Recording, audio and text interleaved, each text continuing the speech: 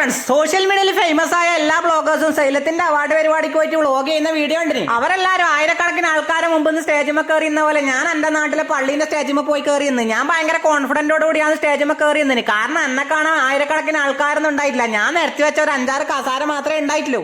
ആ കസാറിന്റെ മുമ്പ് ഞാൻ തന്നെ എനക്കൊരു ഉപകാരം ഇട്ട് ഞാൻ തന്നെ എന്നെ ആദരിച്ച് നമ്മളെ തന്നെ സന്തോഷിപ്പിക്കുക എന്നുള്ളത് നമ്മളെ കടമയല്ലേ. അങ്ങനെ പരിപാടിയും കഴിഞ്ഞ് ഞാൻ വീട്ടിലേക്ക് വരികയാണ്. ഇന്ന് ബൈക്കിന്ന് ഞാൻ മെഡലിന്റെ സ്റ്റൈൽ നോക്കി അറിയാണ്ട് അകത്ത് ബാലിട്ട് പോയി. അല്ല എന്നെ തൊണ്ടക്ക് പിടിച്ച് ശ്വാസം കിട്ടാണ് ഞാൻ പഠിച്ച് ഞാൻ നിലത്ത് വീണ്. അന്നേരം അതിലെ ഒരാൾ ഓടി വന്നിട്ട് എന്നാ വെറ്റിയെന്ന് വെച്ച് മരണ വെപ്രാളത്തിൽ എനക്കൊന്നും പറയാൻ കിട്ടുന്നില്ല.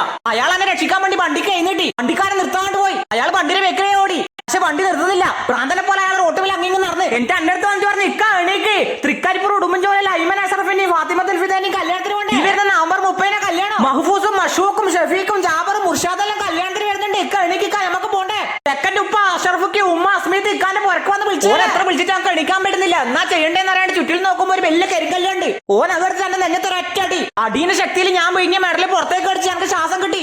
അങ്ങനെ ഞാൻ ജീവിതത്തിലേക്ക് തിരിച്ചു വന്ന്. അപ്പൊ ഇങ്ങളെ മങ്ങാത്തിന് വിളിച്ചാ ഇങ്ങളും മങ്ങാത്തിന് വരാൻ മറക്കല്ലേട്ടാ.